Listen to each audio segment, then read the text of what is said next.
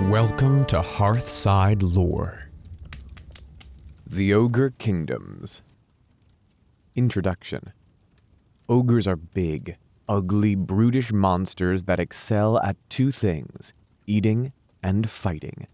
An ogre is easily recognized by his massive frame and boulder-like gut, but any that come across one would do well to stay out of its path. For an ogre will, more often than not, club to death and messily devour any living thing it can catch. The ogres come from a number of kingdoms scattered throughout the Mountains of Morn and beyond, far to the east of the Old World.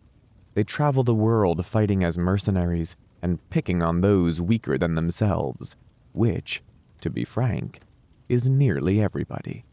To the dismay of the civilized races, the ogre populations in the mountains have grown so large that they have begun to foray into the outside world, no longer in groups of 2 or 3, but in their hundreds. An Ogre Kingdom's army is a massive blunt instrument that smashes into enemy lines with the force of a ton of bricks. It is a hard-hitting, impact-driven army that is devastating on the charge, but will often be hugely outnumbered on the battlefield. Nevertheless, with the right combination of ogre units, led by one of the fearsome tyrants, an opponent's battle line can be smashed apart by a devastating bull charge, even before a single iron-bound club is swung. But to get the most out of an Ogre Kingdom's army, you must coordinate the attacks of its supporting units, amongst them the bestial Yeti packs and shark-toothed gorgers, the diminutive and cruel slave race of the Gnoblars, and the shamanic butchers who wield the mighty magic of the Great Maw.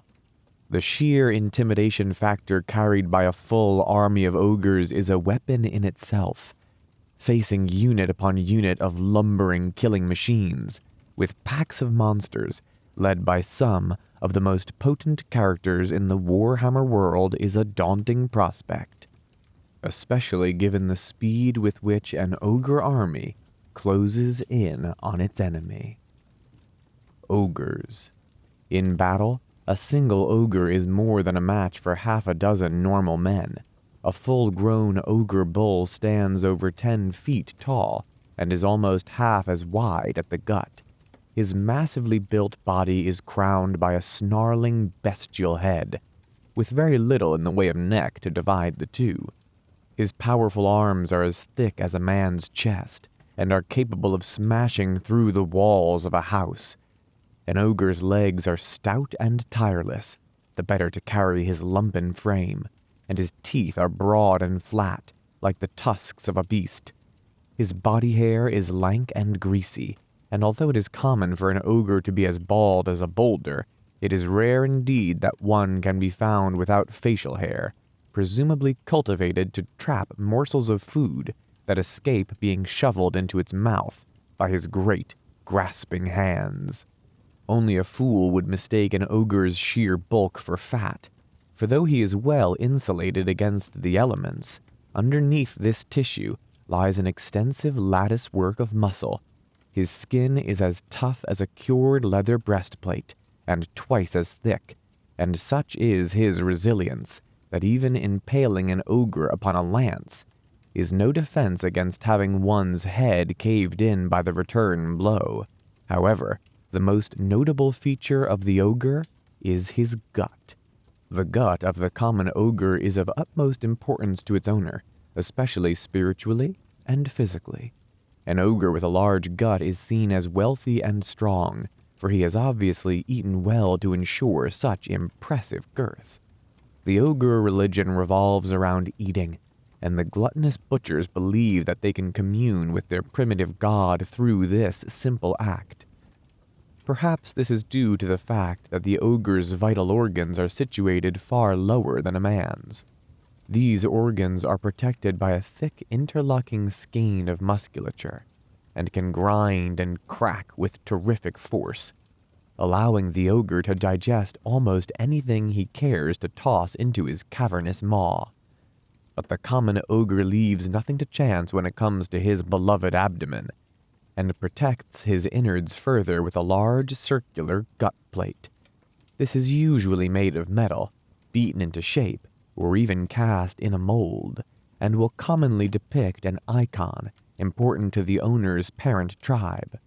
The gut plate is secured around the ogre's waist by a heavy belt that is often used to store the ogre's eating tools.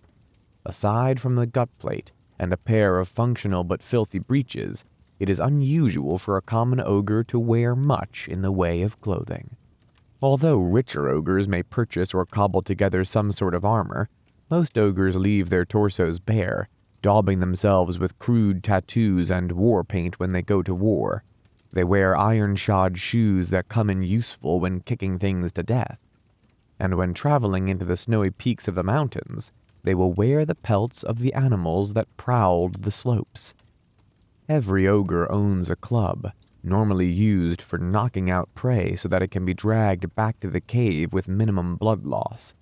These clubs are crudely fashioned, with bindings, spikes, and studs, and the craftsmanship of the club an ogre wields is an indication of his status. An ogre using a simple log is generally seen as desperate or extremely poor. An ogre trusts his club and will eat it only in the direst of circumstances. Ogres have been described by scholars as thick as 2 short planks.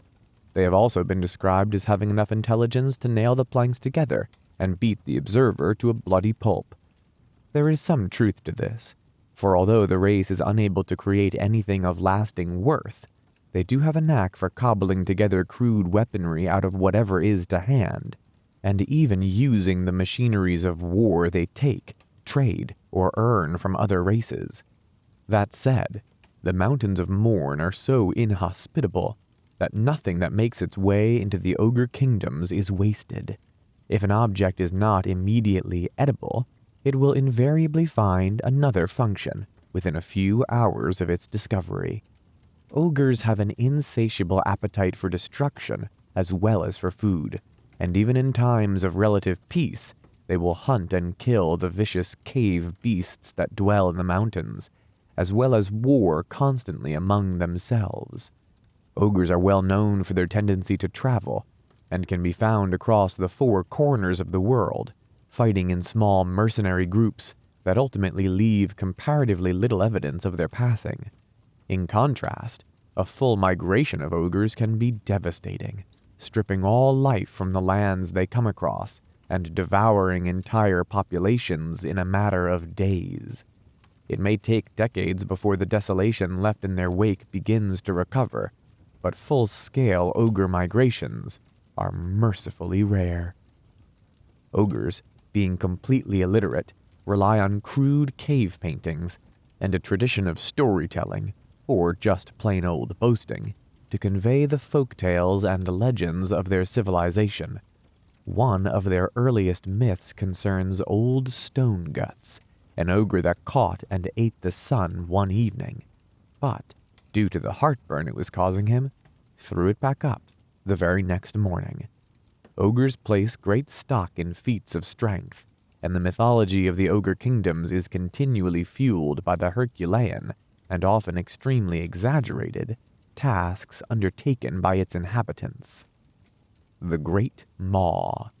The ogres worship an all-devouring god they call the Great Maw.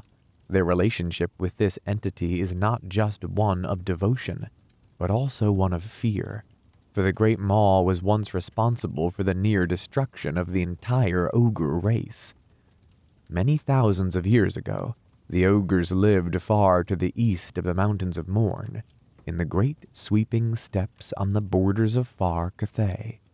Their homelands were fertile, and rolling grasslands spread from horizon to horizon, with grazing new beast and lumbering yak providing an ever-replenishing supply of fresh meat. With no natural barriers to divide their kingdoms, the majority of the Ogre tribes lived as nomads, trading almost as often as fighting. The great secret of fire was passed to them by their Cathayan neighbors, who in return begun to recruit the more intelligent ogres into the grand imperial army. Tribe upon tribe prowled the rolling steppes as their numbers grew. However, the barbarian ogre civilization prospered to such an extent that ogre raids soon began to stray into Cathay itself, preying on the simple peasant children working in the rice fields. Before long, many ogres had acquired a taste for Cathayan flesh. This was something which His Most Excellent Majesty Zhen Huang, Celestial Dragon Emperor of the Imperial Palace of Grand Cathay, took a very dim view of indeed. Whether Zhen Huang's coven of ancient astromancers had anything to do with the catastrophe that befell the ogres remains speculation. But not too long after the children of that land began to go missing, and bloodied bones littered the paddy fields, a great burning light appeared in the sky. It increased in brightness and size with every passing day, until it eclipsed even the great spheres of Morslieb and Manslieb. Over the weeks, it grew to be a baleful, glowering orb that crackled and spat above the plains, turning night into day and driving the wildlife of the steppes mad with fear. A corona of sickly green light came into focus around the comet as it grew ever closer, and fanciful observers even claimed that this new celestial body had a face, or more accurately, a mouth. One sweltering night, the comet slammed into the ogre homelands with such force that it was felt on the other side of the world. All life around it boiled away in an instant. 2/3 of the ogre population were annihilated as the steppes liquefied under the hammer blow of an angry god. The raging, blinding firestorms that followed the comet's fall incinerated everything for miles around. Had there been any survivors left to peer into the massive crater left by the comet's descent, they would have seen that the comet had not stopped on contact, but instead burrowed deep into the heart of the world. The ogres were born a long time ago, big, strong, and fat, with little round ones by our side. We ate and drank till our guts filled. Then came the plains and the tribes, beasts, sun, grass, wind, earth. The sunrisers gave us fire. We fought for them and ate their young. A great toothed comet came. It grew closer by the day. Fire roared in the sky, killed the night, and drove the beasts mad. For the devastated tribes of the ogres, the worst was yet to come. Their verdant homelands had been reduced to a searing desert of howling sandstorms and baleful energies that stripped the skin from their bones. Other than the remnants of the ogre population, only a few species of insect had the resilience to survive the disaster, and starvation quickly set in.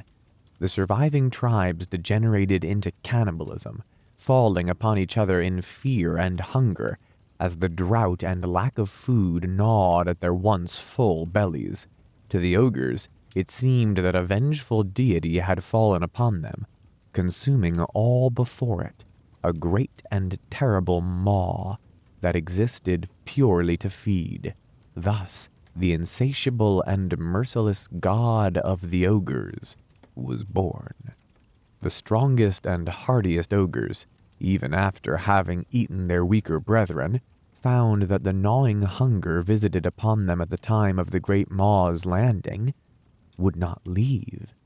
No longer able to cross into Cathay due to the poisonous desolation left in the comet's wake, the majority of the survivors migrated into the mountain ranges to the west in search of new homelands and respite from the great drought. However, one of the oldest ogre legends tells of Groth Onefinger, who led his tribe further into the deadly desert with the intention of offering sacrifice to his new and powerful god. What he found has since been depicted on 1,000 gut plates and banners. and is forever etched into the legends of the ogre race. Before Groth stretched a gigantic, gaping crater the size of an inland sea, filled with ridge upon ridge of jagged teeth and rippling, convulsing muscle that stretched down and down into nothingness. A gullet so huge it could swallow a race like the ogres and still hunger for more. It exists there even now, a vile, pulsing god visited upon the face of the world by the vengeful heavens. To this day, many ogres follow in the footsteps of Groth, first prophet of the Maw, in a pilgrimage to their deity. Few return, for the Great Maw still hungers. Its presence writhes like a malevolent worm in the mind of all ogres, beckoning them onward, one by one. So it is that the ogres travel the world, subconsciously obeying the restlessness planted within them by their gluttonous god at the time of its birth. Those that have crossed the oceans sometimes claim that there is another maw on the opposite side of the world, a vast fanged whirlpool that devours any ship that strays too close.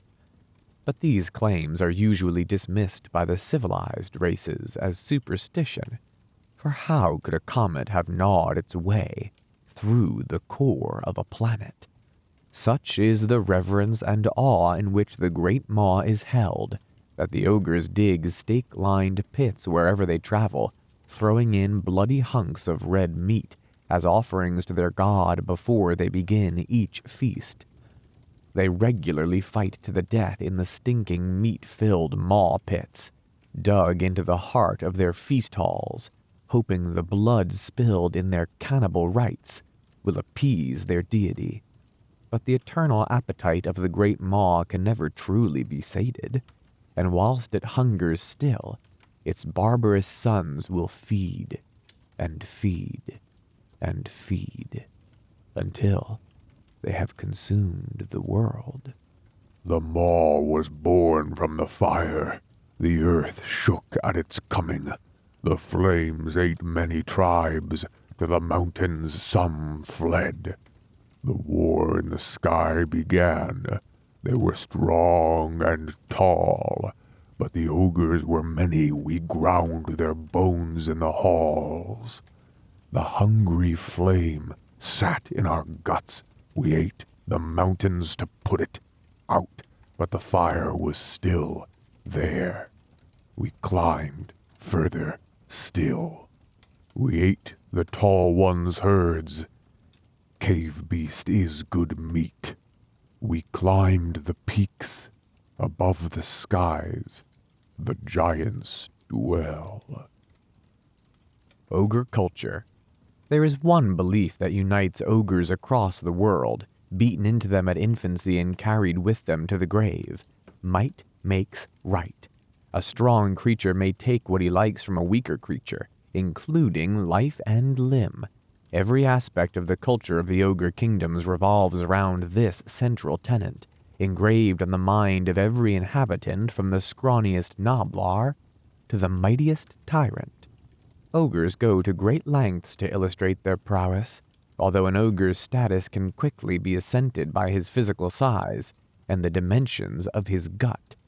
Nonetheless, ogres adorn themselves with trophies taken from the cave beasts they have defeated, daub war paint on bare flesh to indicate tribal allegiance, take names that refer to their personal strengths, and ritually scar themselves to prove they feel no pain. A full-grown bull arrayed for battle is a daunting sight. A leader such as a bruiser or tyrant, positively terrifying. All this self-aggrandizement is not just posturing, however. Ogres frequently challenge each other to contests of physical strength, especially on feast days or during a bout of ogre games. These contests are also used as leadership challenges. They range from the relatively light-hearted belching contest, where the worst an ogre can expect is to be showered by gobbets of saliva and half-eaten food, to bouts of pit fighting, a lethal blood sport that has even gained popularity in the old world. It is permitted, in fact expected, that an ogre pit fight will involve weaponry of some sort. This generally includes iron fists, heavy chains, punch daggers, and bladed helmets. Suffice to say, the pit fights staged by mankind are pale in comparison, bloodless and tame next to the extreme violence of an ogre bout. Another favorite ogre game is gut barging, held in higher esteem than such pastimes as face cracking or fist splinter, for it is as much about girth as it is might. Each ogre grabs hold of his opponent's belt and attempts to force his opponent to the floor with a combination of strength and weight, his efforts centered on the gut. Sinews strain and muscles bulge, with neither combatant giving an inch, until after much belching, spitting, threatening, and roaring, much of which comes from the audience, one ogre finally buckles and is forced into the dirt. If both challengers survive an ogre game, the winner is permitted to eat part of the loser as the spoils of victory. Should the contest be recreational or merely to ascertain who gets first cut of a slain foe, this may only be a couple of fingers, an ear, or a nose. However, if the game in question is brought about by a leadership challenge, an argument over land, or personal grudge, the rivals will remove their gut plates before the bout, a very serious sign. The victor in a guts-out contest will invariably beat the loser to death with his bare hands, and eat his bloody corpse, then and there, in front of his cheering audience. In this way, the ogre not only gains the strength of his vanquished opponent, but also the respect of his tribe. Many of these games are staged during or after an ogre feast, when the tribe is well fed, and the games therefore less likely to turn into a full-scale brawl. There was magic in the peaks. Some were born sickly and fierce. Some changed into ice beasts. The rest followed the sun. The giant feasts lasted many moons, but it is not good above the cloud sea. We toppled their castles. We threw them down into the skies. The sun took us to deep valley below the cloud sea. The world looked small. We would take it and eat. Feasts are of religious importance to the ogres, and given enough meat they will take any excuse to hold one. The guest of honor at these feasts will sit at the right hand of the tyrant's throne, and is therefore permitted the second finest cut of the meat. In practice, this is often the hunter that has brought the meat back to the tribe in the first place.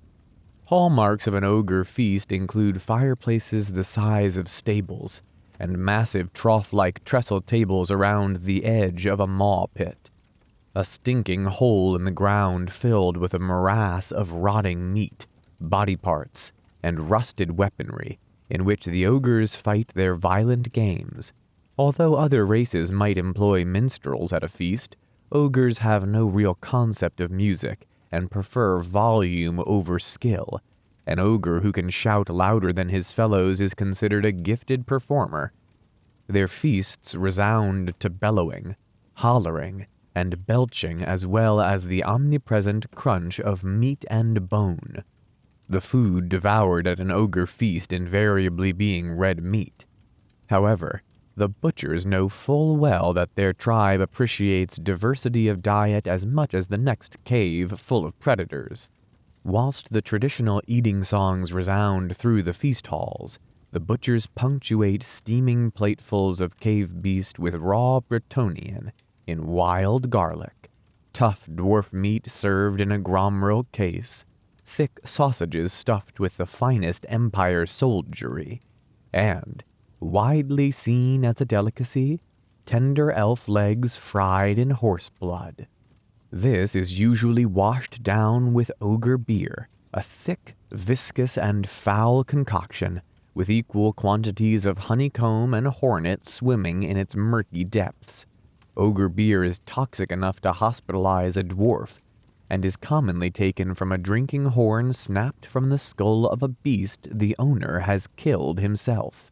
The greatest feasts are staged after the defeat and subsequent ransacking of a great caravan, the mile-long trading convoys that crawl through the Badlands toward the Ogre Kingdoms and finally Cathay. These armored land trains are invariably well defended, often by rival ogre tribes. But when a predatory ogre tribe does finally manage to conquer one, it finds itself knee-deep in luxury goods, gold, and quality firewood. An ogre tribe can subsist on the sacking of a single caravan for a full month, and the subsequent feast is often a week-long orgy of food and drink that is heard for miles around. Sadly, these occasions are becoming rare, as the iron rule of trade lord Greasus Goldtooth, the over-tyrant, forces the tribes into a new era of mercenary activity and cooperation with the human race. Slowly but surely, the Ogre Kingdoms have become aware that gold is just as valuable as meat, and far more likely to last the winter. Little ones came from the hills, green of skin and useful. They were too stringy to eat. We put them to work. The thinglings came in great wheel huts. We ate them and took their shiny things. They gave us small metal suns. Bad to eat, but good for trade. The new mountains gave shelter. We made fire in their mouths. We killed many beasts. The tribes grew well. The tribes split the lands. The tyrants roared and fought. There were many kingdoms. It was good for many winters. The tribes grew and grew too much. Now we follow the sun once more. The Mountains of Morn. The Ogre Kingdoms themselves are situated within the craggy valleys and cave networks of the Mountains of Morn. The mountains are of such size that they sustain several distinct groups of creature, depending on altitude. It takes a far hardier beast to weather the wind-lashed peaks than it does the rolling foothills around the base of the mountain ranges. In the upper mountains, the Yetis stalk their blinding white world of snowdrifts and merciless ice storms. Only a creature with a supernatural tolerance for the elements can survive in the upper peaks for any length of time. But the Yeti is a creature born of the mountains in ages past, when the ogre race was young and adaptable. In their icicle-encrusted lairs, they pick the bones of men and beasts that have fallen prey to their freezing breath and iron-hard claws. Below the icy peaks, great mammoth lumber through the lichen-covered passes, gigantic hulks of muscle, fat, and matted hair that live for hundreds of years. Their tusks are highly valued by the traders of the Silk Road, but it is not only ivory that the hunters climb amongst the peaks to claim. A mature great mammoth provides enough red meat for an entire tribe, and a hunter that is able to slay such a beast and somehow drag its battered carcass back to the Ogre Kingdoms is afforded great honor at the subsequent feast, and awarded the privilege of eating the mammoth's brain as an appetizer, and its heart for the next 3 courses. There are richer pickings still further down the mountainside, for where the elements allow flora and fauna to thrive, the great beasts of the mountains shamble and prowl. Shaggy ice elk butt razor-sharp antlers in fierce leadership challenges. Saber tusks stalk the passes, pouncing upon any creatures foolish enough to stray from the pack, and ripping them apart with foot-long teeth.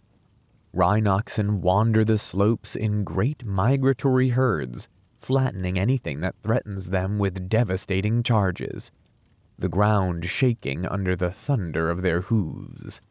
But it is the valleys that harbor the most dangerous denizens of the Mountains of Morn, the ogres themselves. There is not a single species of beast in the mountains that has not been hunted, killed, and eaten by ogres in the past. With fire, iron-shod club, and a determination born from deep within their bellies, an ogre hunting party can bring down anything from a cave bear to a towering frost giant. Not a day goes past without a network of blood trails staining the snow, as the ogres bring a constant supply of fresh meat back to their caves. Nestling amongst the cracks and crevasses of the Ogre Kingdom are the shanty towns of the Gnoblars, greenskins that have migrated from the foothills of their ancestry to live under the dubious protection of their ogre masters. The hills are still infested with the verminous and greedy race, stealing, spying, and occasionally even raiding the caravans that pass through their lands. Individually, more threat is likely posed by a brooding fang weasel or an irate wolf cub, but the Gnoblars are wont to swarm from their dens in an evil-smelling tide. Once a region becomes riddled with Gnoblars, it is very difficult to get rid of them. Gnoblars. Gnoblars stand little taller than a man's waist, and are relatives of the common goblins that plague the old world. These highly unpleasant creatures are possessed of a malicious but limited cunning that entirely fails to make up for their lack of physical strength. Their gnarled bodies are topped with large bulbous heads, and they have scrawny arms that end in wide, dexterous hands. Despite their slender frames, Gnoblars have a disproportionate amount of strength in their legs and backs, having been selectively bred for load-bearing by their master's tendency to tread on those who fail to prove themselves useful. The most remarkable feature of a Gnoblar is probably his nose, a massive protuberant lump that can smell an approaching predator before it has the chance to pounce. This is complemented by an acute pair of ears, large triangular appendages that swivel independently at the slightest sound. A Gnoblar down on his luck will have drooping ears, whereas one ready for a fight will have them picked up expectantly, perhaps to make himself larger and more threatening. However, the Gnoblars learned a long time ago that the best way to make themselves look larger and more threatening is simply to stand between the legs of a well-fed ogre. Despite the fact that there is little meat on a Gnoblar, they are preyed upon by all and sundry. They are often enslaved by Chaos Dwarf raiders, of whom they are deathly afraid, and not without good reason. The most important step in Gnoblar evolution was the realization that the ogres dwelling in the mountains found them of more use as slaves than subsistence. Before long, a mass of Gnoblars leaving their homelands saw the Ogre Kingdoms infested, with shanty towns springing up in every available nook and cranny. Since that day, the Gnoblars have performed the menial tasks demanded of them by their ogre masters, and in return, the ogres ensure that only a comparatively small percentage of Gnoblars meet a grisly and unfortunate end. When a Gnoblar is claimed by an ogre, that Gnoblar becomes earmarked. This involves biting off a portion of the Gnoblar's ear so that the ogre's distinctive bite mark is a permanent sign of ownership, far quicker than a branding. An earmarked Gnoblar is above the constant bickering and infighting that plagues his species.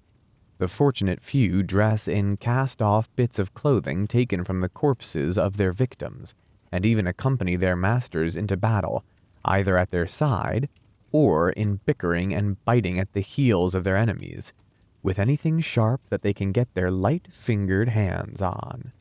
There is an old ogre expression, "I wouldn't trust a Gnoblar as far as I could throw him," which has its roots in the traditional ogre practice of hurling a potential Gnoblar servant to check his worth. Varying quite dramatically in size, the larger Gnoblars tend to be independent, even rebellious at times, and they cannot be thrown nearly as far should the ogre wish to participate in a Gnoblar hurling contest. Small Gnoblars are prized not only because they tend to be more subservient, but also because they can be strapped to a stout branch and passed over the shoulder, scratching those hard-to-reach places with sharp, scrabbling claws. It is common for an ogre to develop a twisted affection for a prized Gnoblar servant, boasting to his tribe mates that his Gnoblar is a good little runner with a healthy green hide and a particularly droopy nose. Unfortunately, the more often a pet Gnoblar is around his master, the higher the chance he will be eaten or simply crushed by accident. Almost every ogre has a Gnoblar to call his own, and they often echo the characteristics of their master. A Gnoblar belonging to a tyrant will likely be a bullying little tyke with an ill-fitting helmet, whereas one belonging to a Leadbelcher might have soot-blackened features and a rag in each ear hole. It is possible to tell a lot about an ogre by the Gnoblars he keeps. The Brutish Hordes, an army bestiary. Tyrants. He's the boss. That's that. You'll do what he says like the rest of us. We all do. You just try and give him lip. He'll pull your arms off and eat 'em before you shut your trap. Tyrants are the dominant males of each ogre tribe. As many of the less civilized races of the Warhammer world, the tyrant is generally the biggest, strongest, fiercest, and most commanding of the ogres in a given area. The largest tyrants are quite capable of wrestling a giant to the ground, or smashing their way through a fortified gate with their bare fists. If a tyrant wants you as his next meal, then the only thing that can come between you and his vast sprawling gut is a fast horse and an awful lot of luck. The post of tyrant is not hereditary. To become the tyrant of a given tribe, an ogre simply has to beat the existing tyrant in single combat. This is decided by the traditional ogre leadership challenge of guts-out pit fighting. These conflicts are no-holds-barred displays of bone-crushing violence. A challenge to a tyrant's authority can result in one of two fates for the predator to the throne. If all goes well, the challenger beats the incumbent ogre on his own turf through pure strength, literally consuming the broken tyrant and taking his place at the head of the kingdom. If the tyrant proves strongest, the contender is beaten down and messily devoured. Either way, someone gets a good meal. Parts of the challenger's skeleton are then added to the collection of bones and trophies worn by the tyrant, as a lesson against further insurrection. And some of the older tyrants bear whole necklaces of bones, taken from those foolish enough to challenge their rule over the years. Due to the fact that a strong bull ogre will invariably produce strong offspring, a tyrant's whelp generally grows up to be a worthy challenger to his father's post. It is not uncommon for an ogre tyrant to end up devouring all of his rebellious offspring one by one, in a particularly harsh example of tough love parenting. Tyrants accrue all the best war gear in the tribe, and will generally be armed with at least one favorite weapon. It is regarded as the height of folly for an ogre to touch a tyrant's prized possession. Bruisers. A bruiser is second only to the tyrant in terms of pure size and strength, and is often related to the kingdom's ruler.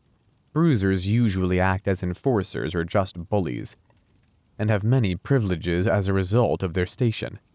Not least of these is the license to smack 7 shades of dung out of any ogre not towing the line, not eating messily enough, or spending too much time playing with his Gnoblars.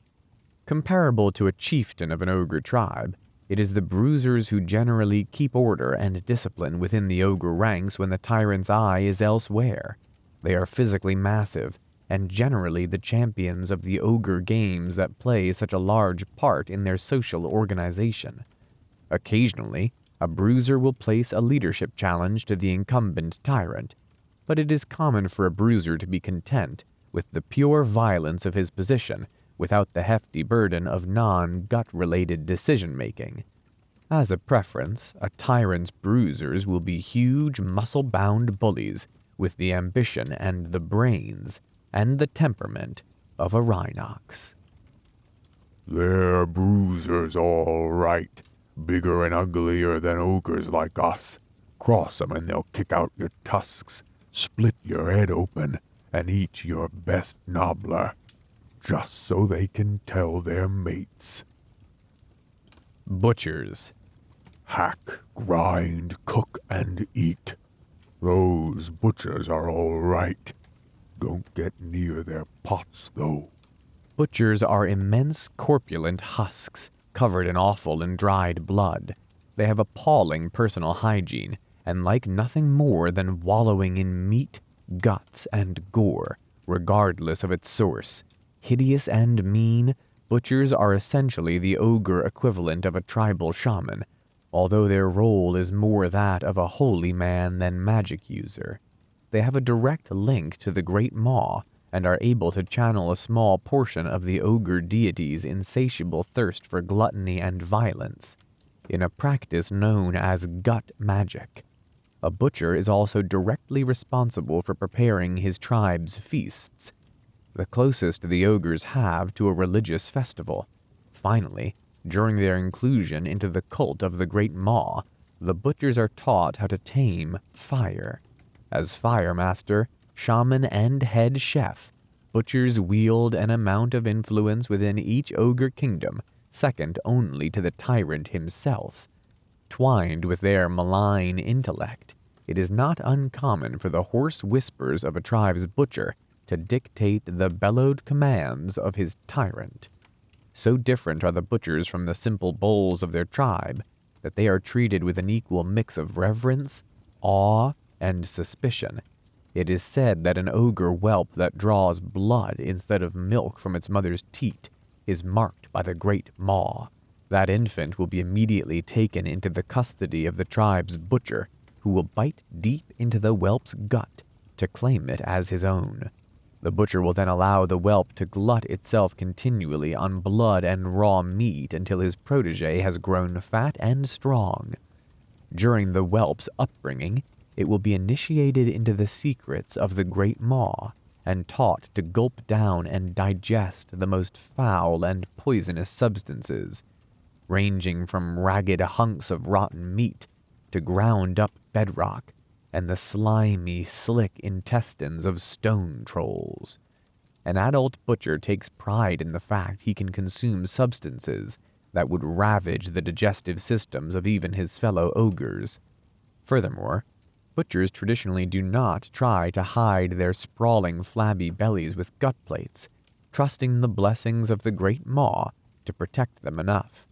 This gastronomic fortitude is a great source of respect from the rest of the tribe, who believe that to cross a butcher is to cross the Great Maw itself, and therefore doom themselves to premature reincarnation as a hot and nourishing stew. Butchers often resemble walking larders, and it is their propensity to carry chunks of meat and less savory ingredients around with them. They typically sport a bewildering array of meat hooks, cleavers, filleting knives, scissors, and other culinary implements that find ample use on living and dead prey alike. Even the most junior butcher can brew up all manner of concoctions in his meat pot, a gigantic metal cauldron that is the closest thing the ogres have to a religious artifact. But it is in gut magic that the true strength of the butcher lies. Simply by devouring the appropriate item and invoking the power of the Great Maw, the butcher can bolster his strength and that of his comrades, project walking nightmares, or shatter his enemies' bones within their bodies. Hunters. If he looks like he could stare down a pack of angry cave bears, he's a hunter. You can tell, 'cause he'll be wearing a couple of 'em as proof. Hunters are among the most massive and independent of their kind, and think nothing of climbing to the peak of a mountain whilst tracking a wounded great mammoth or bull rhinox. An ogre becomes a hunter either by temporarily severing his ties to his tribe, to sate his wanderlust, or by being exiled to the harsh white wilderness of the mountains for some slight to his fellow ogres. Either way, these ties are not completely severed, and a hunter that excels at his solitary lifestyle will drag an impressive kill or two back to the caves on important feast days. A hunter is generally covered in a network of scars and tattoos, overlaid by the thick pelts of his prey as protection from the arctic conditions of the Mountains of Morn. He decorates himself with the tusks, claws, fangs, and skulls of the cave beasts he single-handedly killed and eaten. A hunter will typically have a great beast's skull affixed to his gut to illustrate his prowess. In honor of the first of the ogre hunters, Jared the Red, it is common for a hunter to keep a saber tusk or two to help sniff out his cave beast prey. These giant, agile felines often have tusks jutting from their lower jaws for ripping out the guts of beasts larger than they are. Those that prove too difficult to domesticate instead prove a good fight and a good meal for their would-be keeper. It is a rare hunter indeed that cannot boast a set of claw scars somewhere about his person.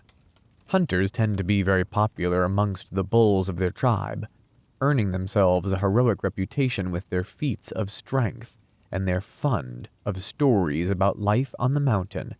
There's always good eating when a hunter's around. This fact alone has seen many exiled hunters brought back into the fold. Bulls. That's us lot. Clubs and guts and tusks. Best not get in our way, unless you want to be eaten. Oh yeah, and your bones ground up to make our bread.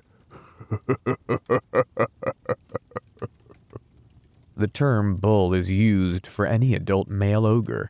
Bulls make up the majority of any ogre kingdom, an unwashed mass of muscle and fat that can flatten landscapes as well as settlements when they gather in sufficient numbers. Big, brutish, and extremely violent, a bull is far taller than a human whilst retaining a massive girth and heavily set frame. Mature bulls always have potbellies, ranging from the merely rotund to the prodigious. These heavily muscled paunches, unlike the human equivalent, contain little fat. An ogre's gut has thick bands of muscle across it that ripple and grind when the ogre is digesting something particularly solid. In ogre society, a large gut is a sign of status and strength. After all, he's caught and eaten a lot of prey, or even other ogres to get that large. And the towering, blood-hungry crushers that lead each pack of bulls on the battlefield are wealthy, strong, and mean. Perhaps the only sign of status in ogre society unrelated to sheer physical strength is the amount of noise he can make. The quality of ogre music is decided by pure volume, not melody or skill. The loudest of bulls in each tribe are called bellowers, and are more than capable of relaying orders at deafening volume over the din of battle. Iron Guts. If you've got the stomach for it, you might make it to Iron Gut one day. That said, you better like chewing on metal and rock, 'cause that's a light snack to them boys. Ogre Iron Guts are the ogres of any given tribe that have the most status and the best weaponry. Although not markedly superior in strength to their fellows, Iron Guts are afforded great respect, as they usually are hand-picked by the tyrant himself. For this reason, a unit of Iron Guts may well include the tyrant's immediate family, where another might be comprised of his drinking cronies. Iron Guts go into battle armed with massive two-handed weapons, be they enormous scimitars, rocks bolted to tree boughs with iron bands, or simply gigantic versions of the traditional ogre club. They wear large ornamented gut plates to show their status, and cover their arms and heads in heavy armor, cobbled together from various conquests over the years. Iron Guts are typified by an unshakable belief in their own superiority. This stems from the extensive eating contests that Iron Guts go through to prove themselves, both in a crude type of initiation ceremony and occasionally just to show off. The Iron Guts will display their intestinal prowess by eating a range of unpalatable items, ranging from rusty nails and gravel to iron-banded cartwheels and chain armor, which is particularly hard to chew. It is one of these contests that gave rise to the myth of when Bolgut fell ill, a favorite amongst the whelps due to its fanciful nature. After all, everyone knows there is very little an Iron Gut cannot digest. Lead Belchers. Boom. Lead Belchers are a comparatively recent addition to the armies of the Ogre Kingdoms. Few in number, these filthy and unhinged ogres are equally obsessed with destruction and noise, and arm themselves with great portable black powder weapons called Lead Belcher cannons. These are gigantic guns either scavenged from the remains of enemy artillery or earned as a reward from the great forges of the Chaos Dwarves. Although they are diverse in pattern and prone to deterioration in the coarse and clumsy hands of their owners, each Lead Belcher cannon makes as much noise as it causes damage, not all of which is confined to the ogre's target. In any right-minded Lead Belcher's opinion, it's well worth sacrificing a couple of fingers or an eye for the sheer destructive power these weapons afford. Lead Belchers are easy enough to spot by the fact they have severe burns, eye patches, metal plates hammered into their faces, tattered ears, and scorch marks all across one side of their bodies. The legacy of a series of point-blank detonations. These disfigurements are worn as a badge of pride by this elite troop, just as another ogre might display scars earned from hunting or a favorite battle wound. Before battles, Lead Belchers fill their cannon's barrel with crude black powder, metal shot, rusty nails, an assortment of wicked bladed weaponry, and even the occasional cannonball. The Lead Belcher cannon is then bound tightly onto the ogre's arm with thick leather straps. Many Lead Belchers go into battle with smoldering tapers pushed through the flesh of their scalps, or held between their teeth.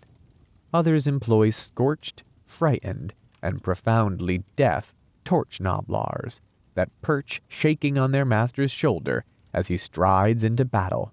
Small groups of Lead Belchers will then prowl the battlefield until they are in range of a nice, juicy enemy unit, whereupon they will touch their tapers to the spark holes of the cannon and loose a salvo of hot metal, noise, and pure concussive force that invariably shreds or blasts apart their opponents.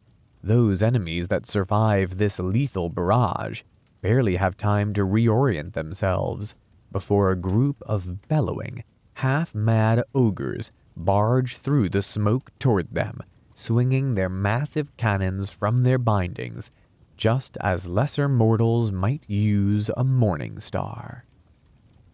Yetis. The Yeti packs inhabit the highest slopes of the Mountains of Morn, eking out a sub-tribal existence at the peaks of the mountains. These hairy, ferocious beasts are almost invisible in the snow, as their matted, blood-flecked pelt is generally very pale. They are possibly one of the few species that has more of a connection with the mountain itself than the common ogre. Indeed, the Yeti exude an aura of cold so powerful that those attacked by them will find their limbs stiffen and joints freeze, making them easy prey for these mountain predators. A Yeti attack is inevitably heralded by an avalanche, also the collective noun for a group of Yeti, which the Yeti will trigger to deliberately trap their prey before stalking down the side of the mountain and digging out their half-frozen victims with long, iron-hard talons. Some scholars suspect that Yetis are a remote offshoot of the ogre species, dating back to the first Great Migration. Others theorize that the Yetis owe the ogres a great debt somewhere in their distant past, even before they evolved into creatures of ice and snow, and hence their habitual reply to the ogre summons to war is one of ancestral honor rather than any kind of learned response. Yeti have developed long, fused claws that are the natural equivalent of climbing pitons, with dew claws on the back hinge, allowing them to climb features other races could not negotiate. A blow from a Yeti's iron-hard claws will rip limbs and heads from their former owners with ease. Nonetheless, enough of a vestige of ogre-like behavior remains in the Yeti's ancestry to ensure that they still use clubs of a sort, fashioning the weapons by the simple expedient of grabbing a bough from a tree and breathing pure cold onto it until it resembles a massive ice-encrusted club. Dominant male Yetis sometimes use a pair of these, smashing apart everything in their path. Back when the world was young, they was our brothers. They ain't much to look at now. Too cold by half, and no fun at a feast. But they're fast, and they ain't forgotten how to kill. Gorgers. Gorgers are stinking, pale, and degenerate ogre kin that have been condemned to the warpstone-laced labyrinths below each tribe's cave network. When an ogre is born without a paunch, a thankfully rare occurrence, it is thrown down a gaping, jagged pit into the darkness below. Ogres believe that in offering the infant to this maw shape, their god will pass judgment, and those that are sound will be granted their god's blessing. The reality is somewhat different. Only pure stealth and savagery will allow the aberrant infant to survive, eking out a troglodytic existence as it develops into a mewling, tragic mockery of a proper ogre. The whelps exist in near-permanent darkness, scrabbling around for the scraps thrown to them by their ogre brethren, or feeding on rats, leeches, and crustworms. The few that manage to scrape a couple of years of life from the dark tunnels quickly become sinewy, filth-encrusted beasts. But it is only the largest, fastest, and most violent of their kind that reach full and terrible size. When food is scarce, which is almost all of the time, gorgers will feast on their weaker brethren without a moment's hesitation. So it is that if a gorger emerges from its caves, it is a twisted abomination of muscle and teeth, far larger than a bull. A diet of cannibalism, constant fighting, and desperation conspiring to create a true monster from ogre stock. Sometimes gorgers happen upon an entrance to another race's cave network, roaming the tunnels of Skaven and Dwarf in search of smaller prey. Others even make it out of the labyrinths into the open night and stalk the lowland forests and moonlit paths, sniffling out unwary travelers as they sleep and ripping them apart in a frenzy of greed and bloodlust. When the ogres go to war, they open the cavern networks to the outside world, allowing the gorgers to spill out into the wilderness in search of blood. Some tyrants prepare the gorgers to hunt by bandaging the jet-black orbs of their eyes against the rays of the sun. Little more than a set of jaws and filth-encrusted talons, gorgers sometimes have the monstrous claws bound behind their backs by chains to keep them from lashing out. Sniffing the air, these degenerate monsters bound and clatter at anything smaller than themselves.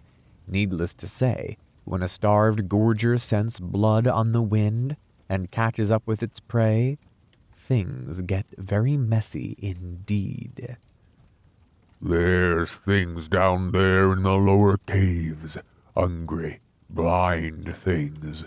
Things that weren't right when they was born. They sniff you out, and then, well, there ain't much to eat down there. That's all I'm saying. Man-eaters. Man-eaters. Been around those lads, I have. They've been there and killed that. Now they're back to tell you about it. Ogre man-eaters are veterans of many campaigns that have traveled the length and breadth of the world. Mercenaries beyond peer, they have spent decades accruing scars, tall tales, wealth, and exotic war gear before traveling back to the tribe from which they came. As ogres tend to inherit culture rather than pioneer it, they typically dress in the style appropriate to the lands in which they fought during their mercenary career.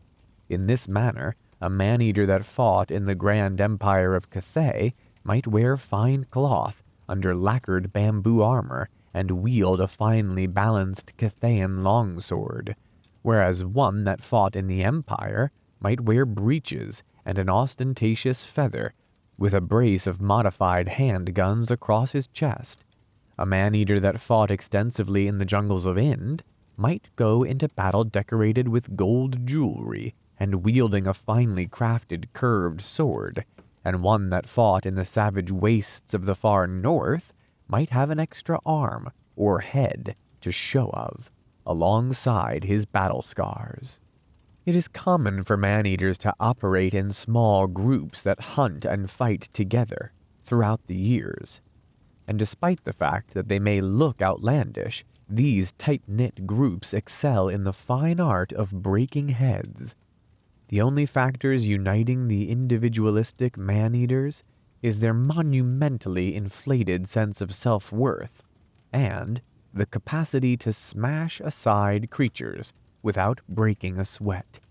When they finally return to their tribe, as all ogres are driven to do, man-eaters take any opportunity they have to bore their tribe mates with long and fanciful stories, some of which are even true. Slave giants. They're big, really big, but there's lots of us and few of them. I seen the boss take one down by himself. Giants was never a match for us ogres. Too thick in the head.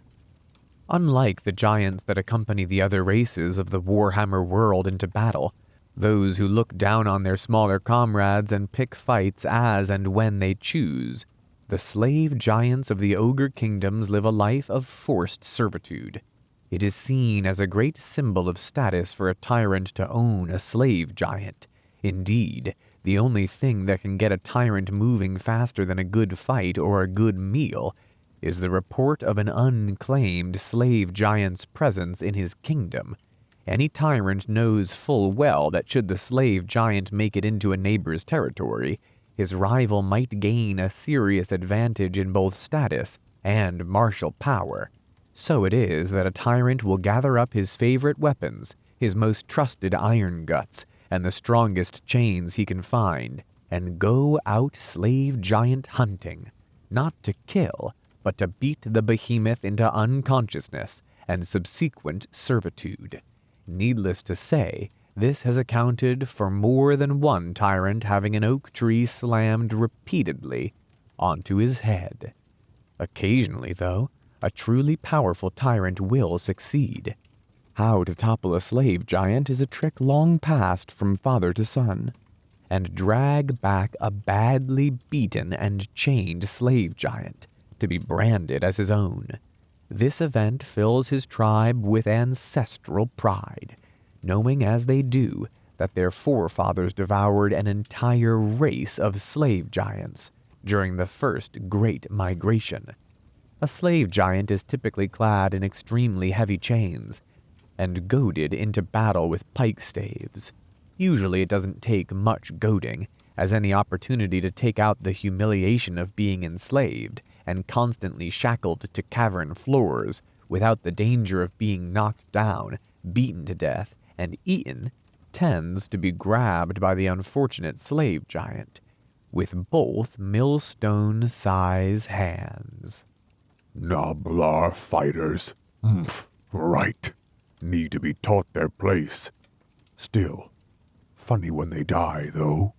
The larger members of Gnoblar society have a tendency towards independence. These Gnoblars forsake their baggage-carrying brethren and band together into loose but numerous groups that take to the battlefield in the hope of stealing some particularly choice, shiny things before the corpse harvest. Gnoblar fighters arm themselves with an assortment of broken bottles, swords, spear tips, false legs, fang weasels, pointy sticks, and rusty daggers. Basically anything they can get their grubby, grasping hands upon. Most of the time, the Gnoblars will loiter near the ogres, making threatening yelps and menacingly shuffling forward. In extreme circumstances, i.e., actual conflict, Gnoblar fighters will frenziedly jab their enemies in the nether regions with their weapons until either they or the enemy stops moving. Every now and then, their sheer numbers enable them to pull down their foes in a tide of snapping maws, stabbing blades, and pure malice. When things do not go quite so well, and they start to die in their droves, well, they're only Gnoblars. Gnoblar trappers. Little green things that catch little things. Mind you, I did see one of them elves with a bear trap clamped on his head once. Made me laugh for days. These outgoing but vindictive Gnoblars are the largest and most intrepid of their kind, and delight in catching and torturing the small, ferocious mammals that populate the foothills of the Ogre Kingdoms. Once they have finished playing with these animals, usually jabbing them with sharp sticks, they either devour them there and then, or take them back as an offering to their ogre masters as a light snack. They will attempt to capture and kill anything up to the size of a mountain goat.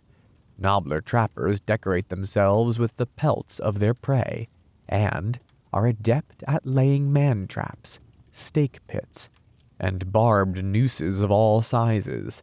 On the battlefield, trappers will crawl forward unnoticed into areas of brush and woodland, lying in wait for any that seek to use the cover to flank their ogre masters. Occasionally, a small bunch of Gnoblar trappers will form a self-appointed gaggle of followers for one of the hardy ogre hunters, pelting those that charge their role model with sticks, stones, and battle scraps, without actually putting themselves in harm's way. Gnoblar Scrap Launcher. Thinling weapons ain't much good to us. Too fiddly and too big for the Gnoblars. So we let them little thieves give 'em all back using one of their what's-it wagons. Pointy end first. Pioneered by the infamous Maw, self-appointed king of the Gnoblar Scrappers, the Scrap Launcher is a war machine inspired by the stone throwers of the Dwarven realms. The design varies depending on the scrappers that own the machine, although they are always hugely prone to malfunction. A scrap launcher has usually been constructed out of everything from enemy chariots to broom handles.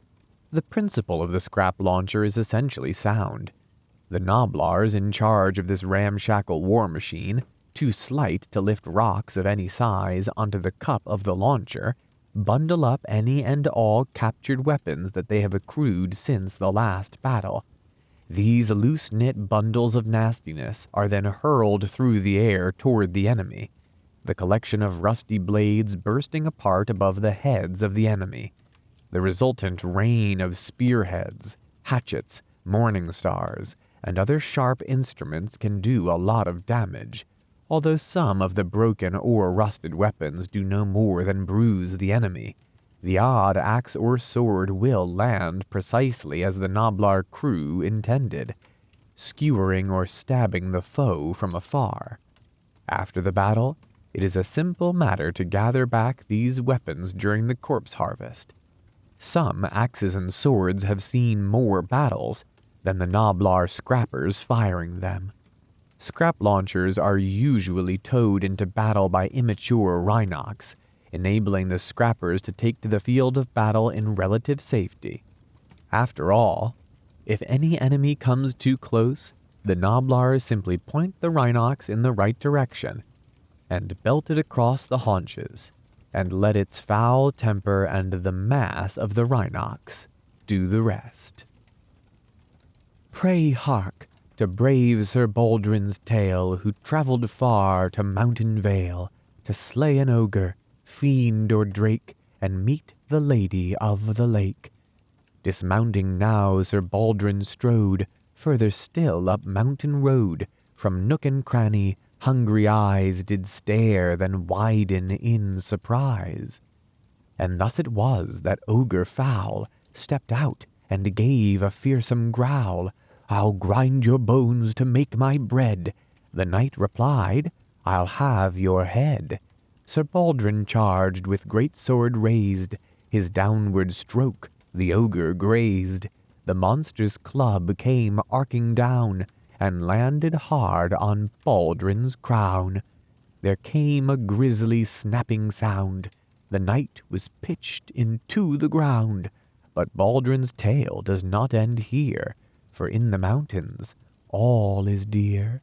His guts were gobbled then and there, the rest dragged back to Ogre's lair. Sir Baldrin's heart, both stout and true, took pride of place in wholesome stew. His legs were chewed, his fingers grilled, on hot plate made from Baldrin's shield. Bones were snapped and marrow bled, then powdered into ogre bread. Chain mail fitted ogre's arm, a goblin took his lady's charm. His great sword once a weapon dire, spitted meat on open fire.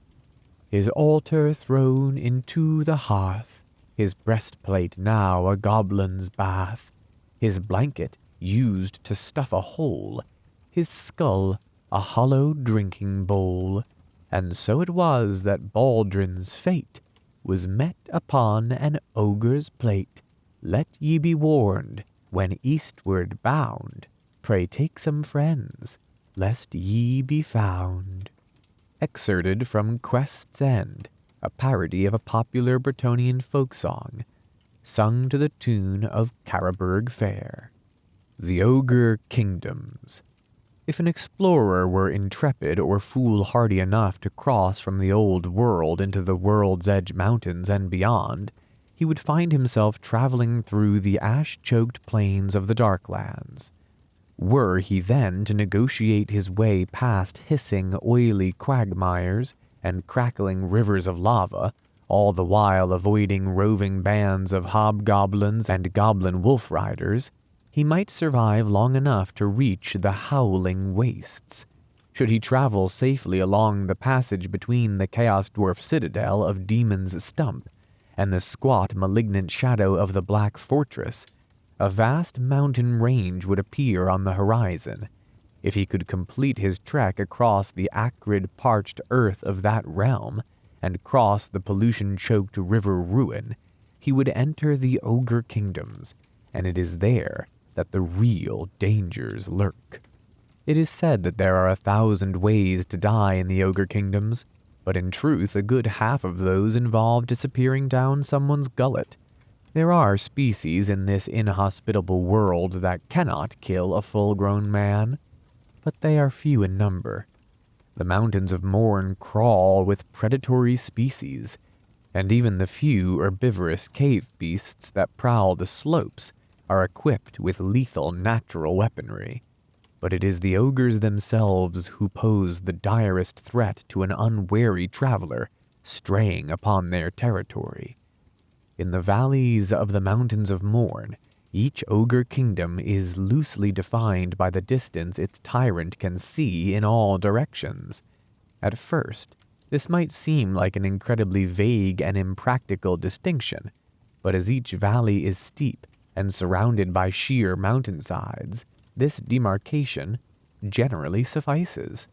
Natural borders such as mountain passes and the tributaries that flow down to the river Ruin also play an important part in the division of one tyrant's territory from another.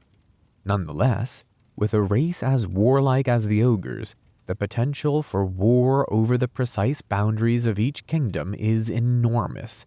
Indeed, when the ogres first settled in the Mountains of Morn, several centuries of tribal war saw the ogre population decrease to a third of its original size, before territory became less of a problem. The more prosperous the ogre race becomes, the more the strife of those times is likely to resurface. This limiting factor keeps the ogre population in check, and also helps weed out the weaker tribes, who are invariably eaten by their stronger neighbors. But times are changing in the Ogre Kingdoms. Through sheer strength of will, force of personality, and size of coffers, Greasus Goldtooth, the current over-tyrant of the Ogre Kingdoms, has managed to unite the tribes under one gut. This newfound unity is due in part to his exceptional network of Gnoblars spies and messengers. Any ogre tribe that declares outright war against their neighbors will soon find themselves on the end of an attack by the Goldtooth clan itself, the most numerous and best equipped of the ogre tribes, until order is restored once more. It is because of this enforced truce amongst the kingdoms that the ogre population is brimming over, and the tribes have begun to migrate west once again. Once a year, this truce is strengthened by the grand feast held by the over-tyrant on the sacred Meat Day. The Grand Feast. At the heart of each ogre kingdom is a great moss-covered menhir, with the tribe's own sigil carved into its side, known as a maw-tooth. These are not religious in their own right, for the ogres use their maw pits as a focus for their sacrifices, but rather serve to connect the ogre kingdoms on a spiritual level. When each tribe brings its maw-tooth to the grand feast every year, they are placed in a wide circle to form the teeth of the Great Maw. The grand feast is traditionally a festival that runs for at least a week on the slopes of the volcano known as the Firemouth. It is a great honor to carry the maw-tooth, and only the tyrant, his bruisers, and his iron guts will make the journey, taking it in turns to carry the burden until they are in the shadow of Firemouth. When the circle of maw-teeth is complete, the feast begins in earnest. All disputes between tyrants are fought, guts out, within this circle of monoliths, and settled in blood. These are by far the most vicious duels seen throughout the year, and cause great excitement, weeding out any animosity between tribes before the week of eating and drinking takes place. The maw-tooth of Greasus Goldtooth is, somewhat predictably, made of purest gold and set at the top of the circle. So it is that many rich ogres hammer a chunk of gold into their gums to replace a lost tooth, to better resemble the incarnation of their deity. Firemouth. Once every couple of 100 years, the skies of the ogre kingdoms are thrown into turmoil, set alight by the volcano the ogres call the Firemouth. Located almost in the center of the kingdoms, it is considered by ogre butchers to be the offspring of an unholy union between the sun and the Great Maw. As a result, the Firemouth has great religious significance to the ogres, and many pilgrimages are made to the volcano when it is impossible for an ogre to seek out the Maw itself. The Firemouth is never truly at rest, and bubbles and spits thick streams of lava down its sides like a brimming meat pot. The great feasts that are held in its shadow invariably result in the deaths of those ogres that cannot stomach an entire week spent doing little else but eating meat. Towards the end of the great feasts, there are always a few who refuse their food, whose guts have distended and split under the pressure of constant consumption. These ogres are seen as heretics, committing the cardinal sin of refusing to eat in the shadow of an ogre demigod, and are hoisted bodily up the slopes of the firemouth, to be thrown into the hissing lava below. Such is the fate of all that disrespect the Maw during the grand feast. The Ivory Road. The continent-spanning trade route known as the Ivory Road is often said to be the only traversable way from the Old World through the hazards of the East and into the heartlands of Grand Cathay, and even then the journey is fraught with peril. The caravans that travel it are almost like nomadic towns. Such is their scale that a great caravan can reach a full mile in length. They are heavily defended, as they have to travel through some of the most dangerous and hostile areas on the face of the world. Caravans are regularly beset by marauding wolf riders, chaos dwarves, skaven, giants, goblins, ogres, black orcs, cave beasts, hobgoblins, giant scorpions, and dark things that stalk the shadows in the moonlight. As a result, a caravan will typically employ whole families of ogre mercenaries to act as caravan guards, a very prestigious occupation as far as ogres are concerned, for the combination of gold, good food, and near constant danger is a powerful draw. The Ivory Road passes from various cities of the Old World through the World's Edge Mountains, past the dwarven holds of Karak-Draz, and along Death Pass. It winds through the treacherous haunted mountains until they pan out into the Darklands, where it passes to the north of the goblin-infested Mount Grimfang, and angles northeast towards the Howling Wastes. These desolate plains are plagued by near-constant gale-force winds that shriek and scream across the blasted heath. Some whisper that these are the voices of those that have died in this evil land. In the midst of this realm stand the gigantic standing stones, known as the Sentinels.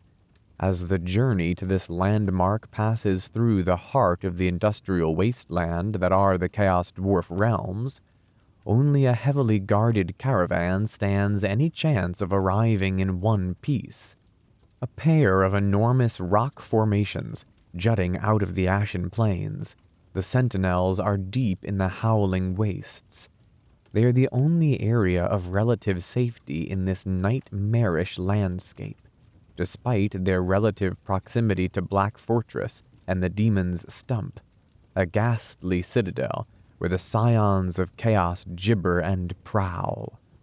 The Sentinels act as a trading post for rhinoxen, furs, provisions, and other equipment necessary for a sustained trek through the mountains, and a caravan will often change guard in this location before heading off on the next leg of its journey.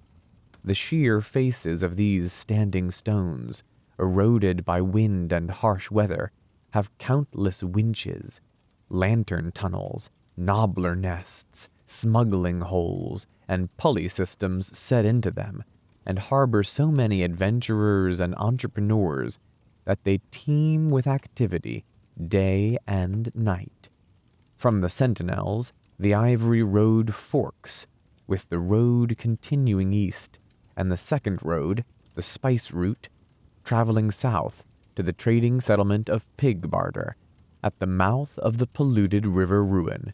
This is by far the safer route, for once a traveler has made his way past the stinking sulphurous pits of the desolation of Asgoth, he finds himself in the wild and largely deserted homelands of the goblins until he reaches civilization, or something approaching it.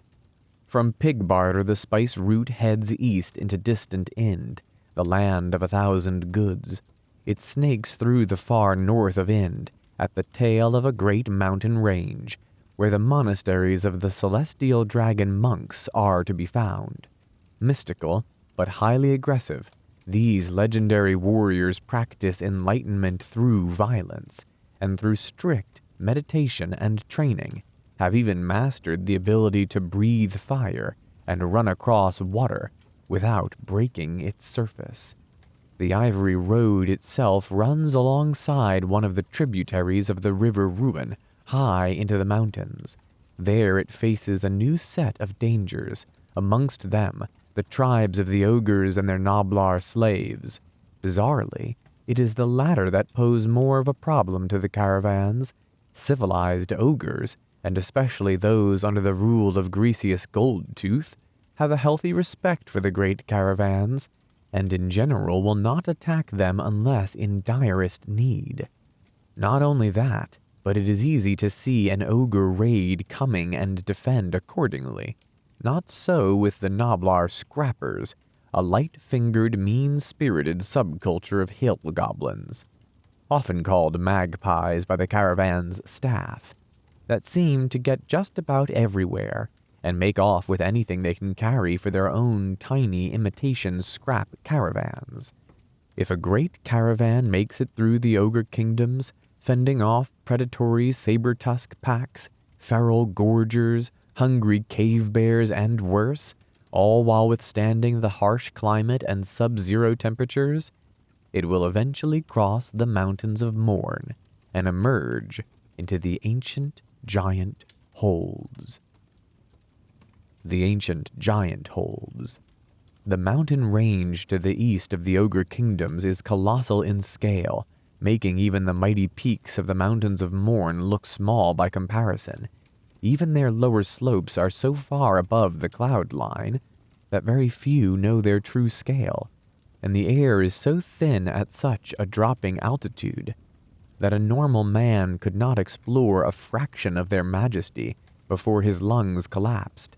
And yet, back when the world was young, they supported an entire civilization of intelligent giants known as the Sky Titans.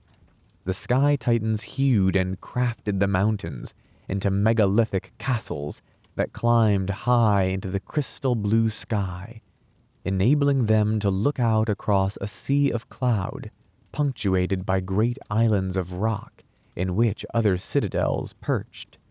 These sky giants lived ignorant of the younger races, and only descended onto the slopes to shepherd the herds of mammoth that inhabited the plateau below.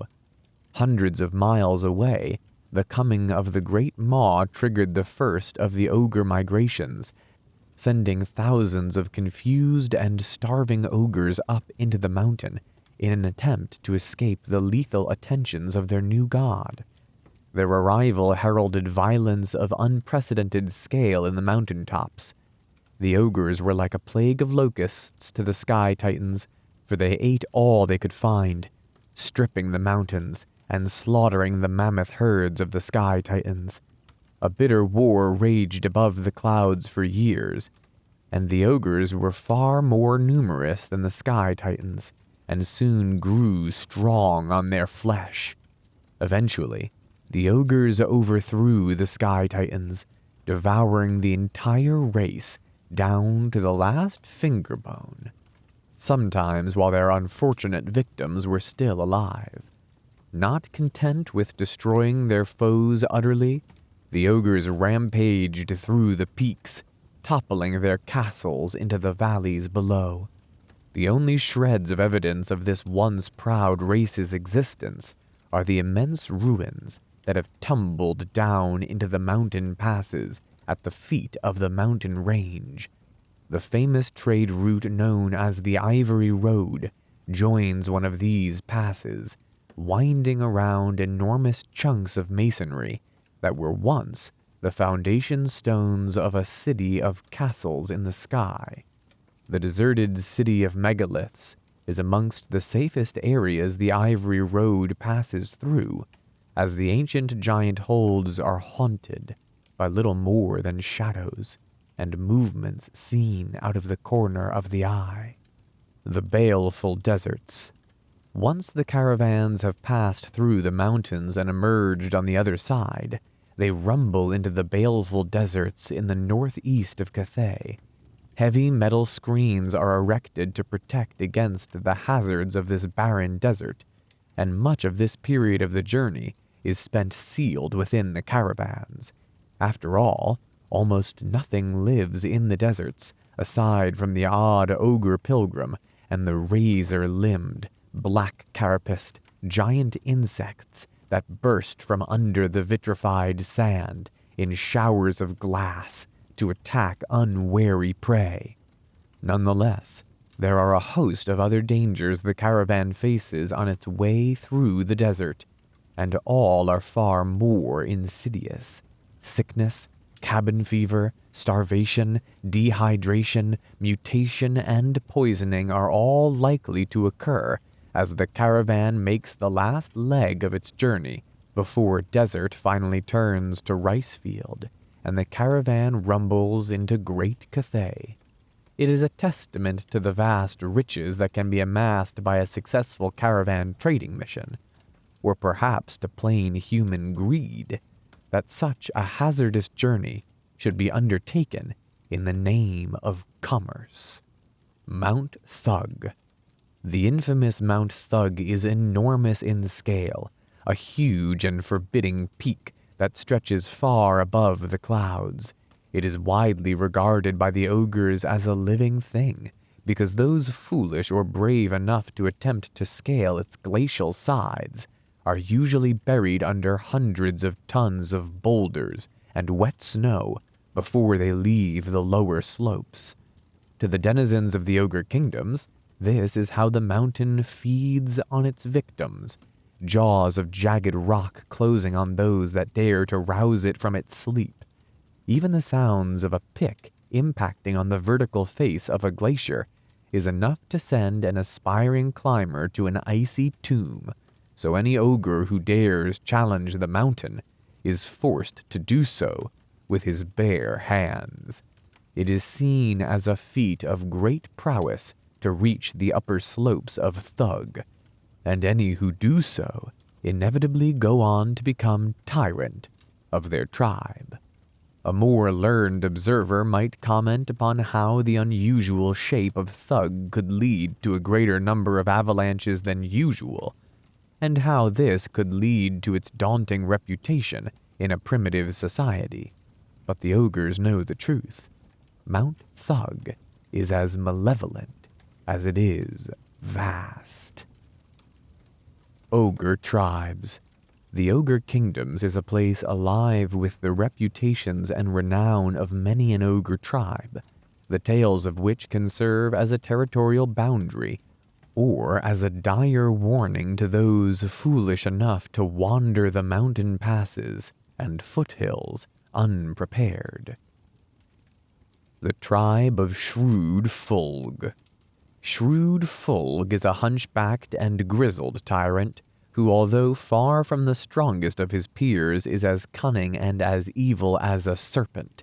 He rules the lands to the northwest of the Mountains of Morn with an iron fist, ensuring those who annoy him eat poisoned meat or fall foul of the monstrosities he keeps in his menagerie. The ogres under his rule dare not even break wind in his presence, for Shrewd Fulg cannot abide any kind of challenge to his authority, and will have anyone that crosses him turned into a rat ogre at the first opportunity, as he has strong ties to the beast masters of Clan Moulder. Even his iron-gut bodyguards live in fear of waking to find themselves transformed into something horrible by the Skaven master mutators. The Feastmaster Tribe. The well-fed lowlanders of the Feastmaster Tribe are famous for two things: the quality of their food and the halflings that live amongst them.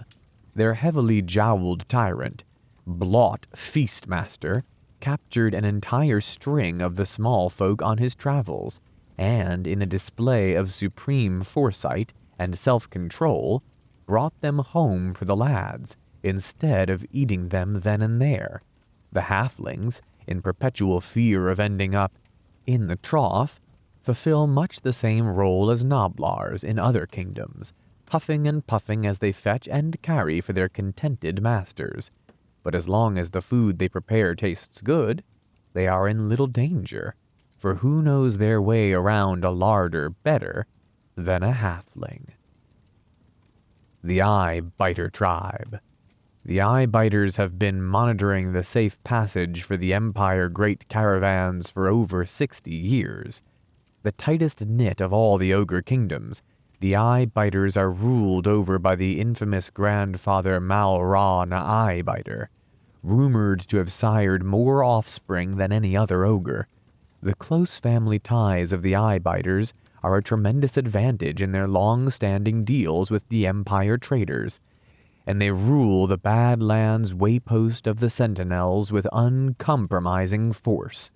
It is said that to ask a favor of the Eye-Biter clan is to put yourself in very deep debt indeed, and tales abound of double-crossing caravan masters who have been found decapitated, the errant head found in their own horse's feed bag, the following morning. The Ironskin Tribe. In the north of the Mountains of Morn is the Ironskin Tribe, a kingdom of ogres with unparalleled ties to the Tsar Nagrund. This tribe is said to have loved iron more than gold long before they even began to trade with the Chaos Dwarves, and typically their black iron gut plates have teeth and mix iron filings into their war paint. With scores of lead-belchers in their ranks, even the Ironskin Bulls adorn themselves with as much metal as they can get, but it is Gark Ironskin himself who is responsible for the tribe's fearsome reputation. Having traded slaves for decades with his Chaos Dwarf allies, Gark rides to war in a huge fitted suit of plate mail with great curving horns, seated upon a hissing mechanical rhinox that some whisper is possessed with demonic sentience. The Mountain Eater Tribe. Baldig Mountain Eater rules his kingdom up in the peaks with irresistible will and complete authority. He is a living legend, and the tale of the Mountain Eater has spread far and wide throughout the kingdoms. In his quest to scale the indomitable Mount Thug, Baldig found a yawning fissure and followed it into the gloomy depths. What he found at its end is not certain, though Baldig insists that it was the heart of the mountain, a great stone-skinned warrior that he wrestled to the ground and finally devoured. The evidence of this feat is upon Baldig himself, for his skin has taken the consistency and appearance of a lichen-speckled crag.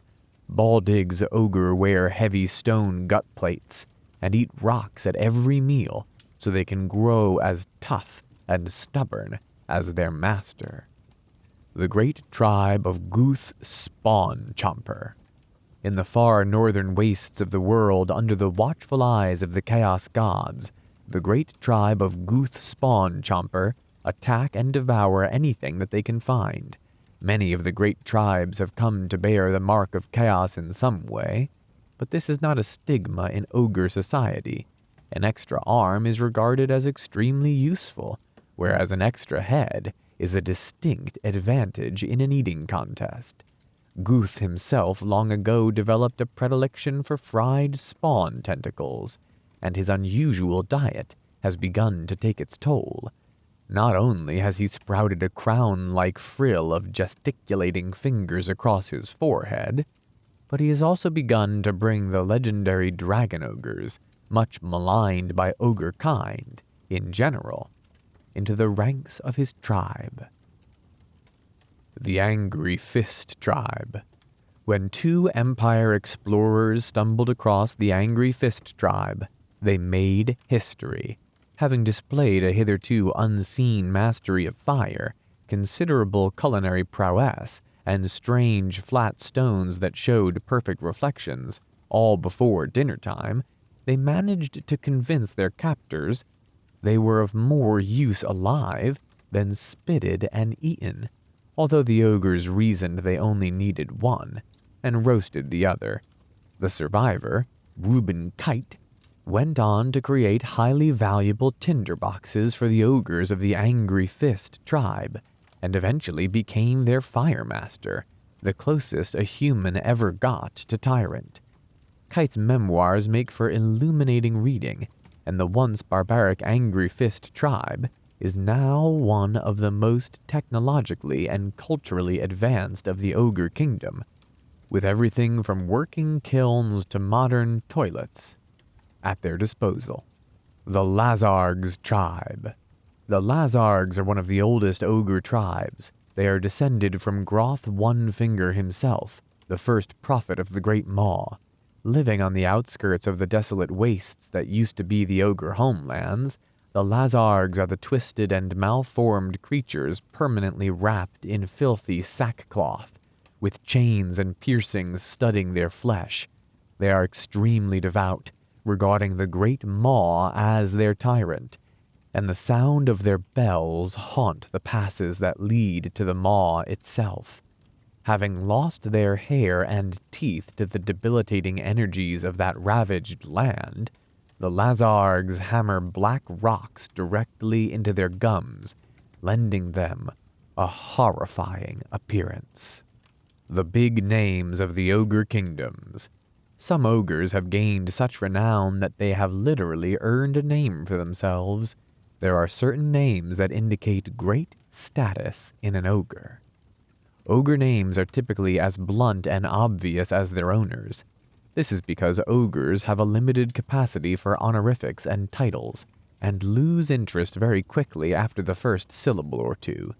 The exception to this are those names ogres traditionally associate with great heroes, the so-called big names, which invariably tie into a hazardous feat the ogre has undertaken in order to prove his mettle.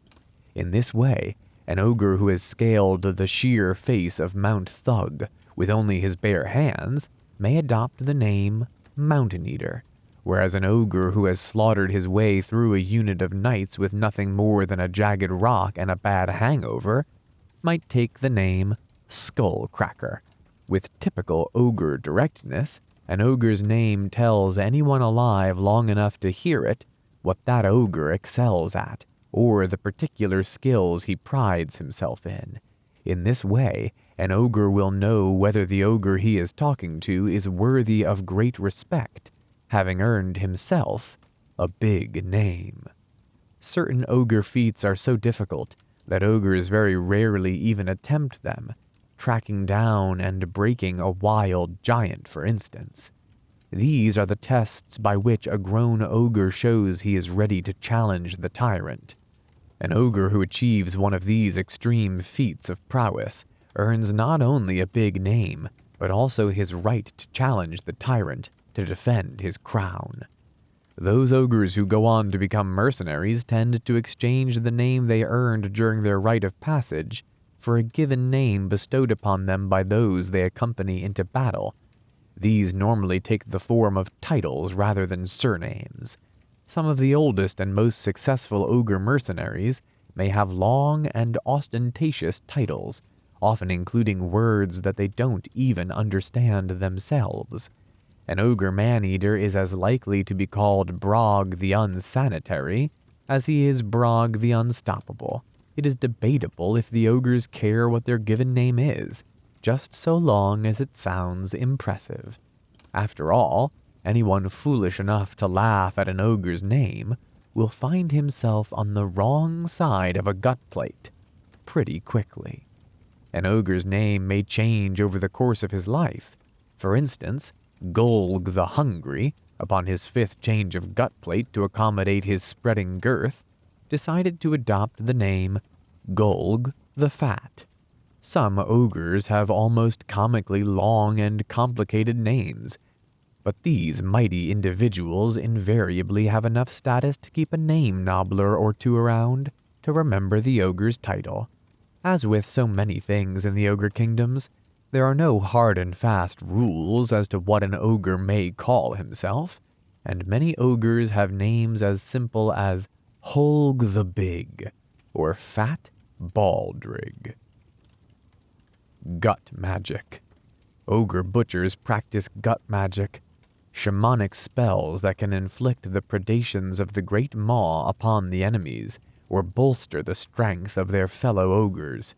Known to the scholars of the old world as shamanic victuals, gastromancy, thaumaphagi, or corpomancy. Gut magic is quite unlike the arcane arts used by human wizards. Ogre butchers use shamanistic rites that revolve around devouring parts of their victims, the items acting as fetishes that channel the raw power of the Great Maw. These gut magic spells explain why the ogre butchers often appear to be walking larders, as to cast one of his shamanic spells, the butcher must physically eat anything, from a nice healthy heart to a stinking pile of guts.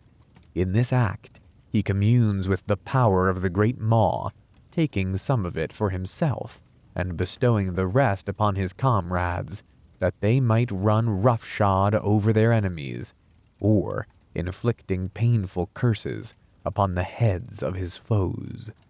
Gut magic spells work in a slightly different manner to other spells, because instead of manipulating the winds of magic, the butcher is calling upon the power of his god and channeling it through a focus. Gut magic spells are more religious miracle than arcane science. Guts of Legend. These are some of the most notorious, bad-tempered, or just plain belligerent ogres ever to have barreled forth from the Ogre Kingdoms. Brow Slave Lord. Known to the Chaos Dwarves as Grask Drag, literally corpse slaver, Brow Slave Lord is a legend even amongst his own merciless peers. Ogre slavers are a common enough sight in the far corners of the world, but only one amongst them can claim to enslave his prey in death as well as life. Back when he was a man-eater traveling the forests of the old world, Brow was imprisoned by a powerful necromancer. But Brow was strong even for an ogre, and eventually broke free of the necromancer's dungeons. He found his captor asleep in a coffin, and beat him to death with a chair, skinning the remains as a trophy. Brow then ate half of the necromancer's prisoners, and dragged the rest away as slaves, tying them to his gut plate with the enchanted chains he had ripped from the dungeon wall. Were it not for the trophy Brow took, his legend would end there. But the necromancer's magic was strong. Even when one of Brow's slaves died of exhaustion, it remained bound to his servitude. So it is that Brow Slave Lord deals not only in flesh, but in spirits, trading the services of the quick and the dead to whoever pays the right price. An army of unquiet ghosts and walking corpses shambling meekly in his wake. Groth Onefinger, first prophet of the Great Maw. Groth Onefinger was the first ogre to set eyes upon the manifestation of the ogre god. Considered a madman due to his insistence that the coming of the ogre god was near, he was severely wounded in the cataclysm that proved him irrefutably correct. Groth was horribly burned by the resultant firestorm, losing his nose, eyelids, lips, ears, and all bar one of his digits to the searing flames. But Groth rose again like a hideous phoenix, blackened, wide-eyed, and utterly convinced his god had come to earth. Instilled with faith, Groth led the survivors of his tribe across the vitrified sands toward the impact crater. They battled thirst, hunger, and despair, keeping their spirits high by eating the weaker members of the tribe on the way, until they set eyes on the Great Maw. Momentarily sated after devouring several thousand of his kin, it let Groth and his kin live. Groth became the first butcher, slaughtering several of his kin and holding a cannibalistic feast right on the lip of the maw itself. His name is praised by butchers across the kingdoms, many of whom still ritually burn themselves in honor to the first great prophet. Jared the Red. Jared the Red was the first true ogre hunter, and his is a story told to all ogre whelps. His father, Hugher Loudgut, was disgusted to find his son was a runt, smaller than the others of his litter, and covered from head to toe in red hair. In disgust, Hugher hurled the whelp out into the snow. The infant Jared survived the first cruel hours of his exile, only to stumble across the den of a suckling female saber-tusk. Rather than being devoured, the hairy whelp was unwittingly welcomed into the beast's litter. When Jared reached maturity, he threw his adoptive father off the edge of a crevasse, taking the place of dominant male in the pack.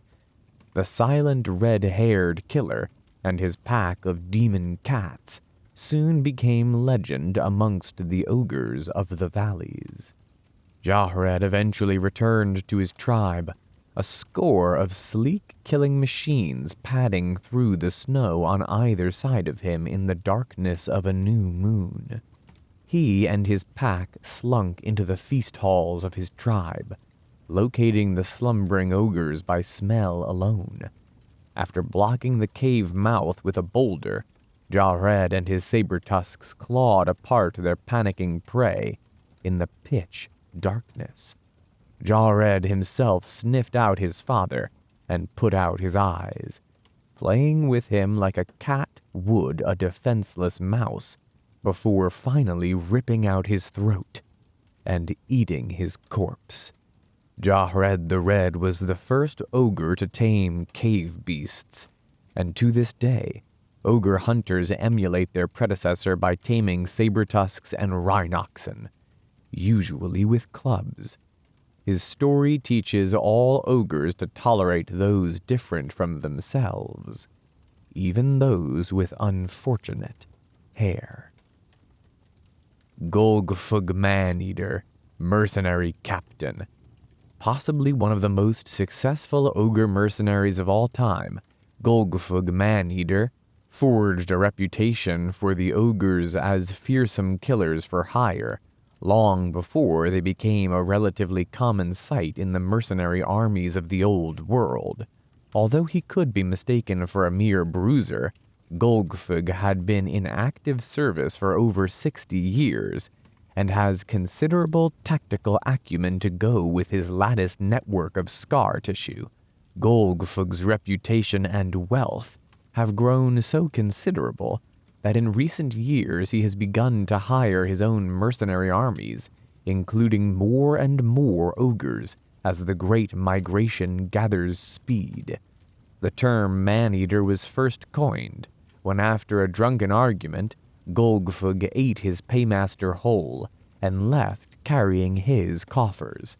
He insists to this day that his name is misleading, for just like the faithful band of violent thugs that travel with him, Golgfug really isn't that fussy about what or who he eats.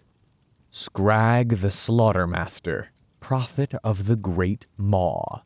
Skrag is the legendary prophet of the Great Maw, also known as the Gore Harvester and the Maw that Walks. Dragging his massive meat pot behind him, attached to his back with a series of painful tearing hooks and chains, Skrag hacks and rips at his enemies in a glorious blood-fueled dedication to the Great Maw. In his wake, he leaves a trail of dismembered limbs and body parts, which it is the duty of his gore Gnoblars to retrieve and deposit into his cauldron. Once the head slaughtermaster of the arch-tyrant Braun Rockgrinder, Skrag had a dramatic fall in fortune when he accidentally cooked and served up the tyrant's favored Gnoblar on a platter at a great feast. In a rage, the notoriously bad-tempered tyrant hacked off the slaughtermaster's hands and devoured them, cheered on by the drunken bulls at the feast, and then banished Skrag to the cursed undercaves of the mountain. Skrag was led from the feast in shame, beaten and bloody. As a final punishment, Rockgrinder ordered that Skrag's great cauldron be attached to his back by a series of chains and hooks anchored deep in the slaughtermaster's flesh. Skrag was hurled into the dreaded caverns beneath the mountain, and the way out sealed by a giant boulder. Refusing to despair, Skrag rammed his butcher's implements into his wrist stumps, forming makeshift weapons. Bleeding and bruised, Skrag stumbled ever deeper into the dark labyrinth, dragging his meat pot behind him, until, in the pitch darkness, he was set upon by a pack of ravenous gorgers. Skrag hacked around him, ripping and cutting countless assailants before he came face to face with a grotesque, hulking creature that ruled over the other gorgers. Skrag ripped the foul creature's throat out with his teeth. The other gorgers backed away from Skrag, respecting him as one of their own. Driven by visions of bloody revenge, Skrag led his gorgers up into the mountain until they surfaced in the dead of night, deep within the maw pit of Rockgrinder. Emerging in a frenzy, he led his gorgers in a grand feast in dedication to his god, ripping apart and consuming every ogre present. Rockgrinder himself was pulled apart and boiled in Skrag's meat pot as an offering to the Great Maw. As he made this dedication, Skrag felt his wounds knit together as powerful energies surged through his body. Having emerged from the maw pit to devour his foes, Skrag is regarded with awe and fear by even the most terrible of tyrants, who see him as the living embodiment of their god. His gorgers remain his ever-present guardians, shadowing him wherever he goes, for by following his familiar scent, they are guaranteed fresh kills to feed their insatiable appetites, and as such, they revere him as their savior. When Skrag feeds his maw cauldron with bloody meat, he is rewarded with tremendous powers, making him nearly unstoppable and able to withstand the most severe of wounds. It is only once battle has ended, and there are none left to slaughter, that his power diminishes, and the chains to his cauldron fall slack. Within days, however, visions drive him onwards to satiate his god's hunger, and so Skrag must once again seek battle. Greasus Goldtooth, over-tyrant of the Ogre Kingdoms. Greasus Goldtooth, or to give him his formal title, Trade Lord Greasus Tribe Stealer Drake Crush Horde Master Goldtooth the Shockingly Obese, was one of many whelps sired by the infamous Gofk, tyrant of the Vale of Titans. Like his brothers, Greasus grew up to become strong and fat. Unlike his brothers, he subsequently killed and ate his own father. After assuming the tyranthood of the tribe, and feeling the need to prove himself, Greasus began demanding tithe from the neighboring kingdoms. When their tyrants refused, baying for Greasus's blood, they had little idea who they were dealing with. The first of the Ogre Tribes single-handedly conquered by Greasus met their fate during the great feast of midwinter. Scaling the mountain above the tribe's great halls, Greasus heaved boulder after boulder over the precipice, roaring oaths at the top of his voice until an avalanche of wet snow and rock buried the entire tribe alive. The second tribe, that of Gut Badmouth, was paid a visit by Greasus at the spring solstice, where the budding over-tyrant challenged their tyrant to single combat. Badmouth, older and larger, eagerly clambered down into the pit below, cracking his knuckles. Greasus launched himself gut first onto the defendant's skull, cracking his neck. When word spread of his deeds, the other neighboring tyrants decided it probably was a good idea to join Greasus after all, and the kingdom of the Ogre Tyrant was forged. These days, older, larger, and louder than ever, the Ogre Tyrant tithes all the kingdoms along the Silver Road, and due to his highly effective financial strategy, insatiable greed, and brute force, his coffers fill faster than his army of Gnoblar attendants can count. Greasus still insists to this day that he earned every one of the thousands upon thousands of gold sovereigns in his possession, a fact that despite his years of exacting tithes, remains founded in truth, as those who contradict the massive over-tyrant often find themselves his next meal. Few challenge him on this, or indeed on any other matter.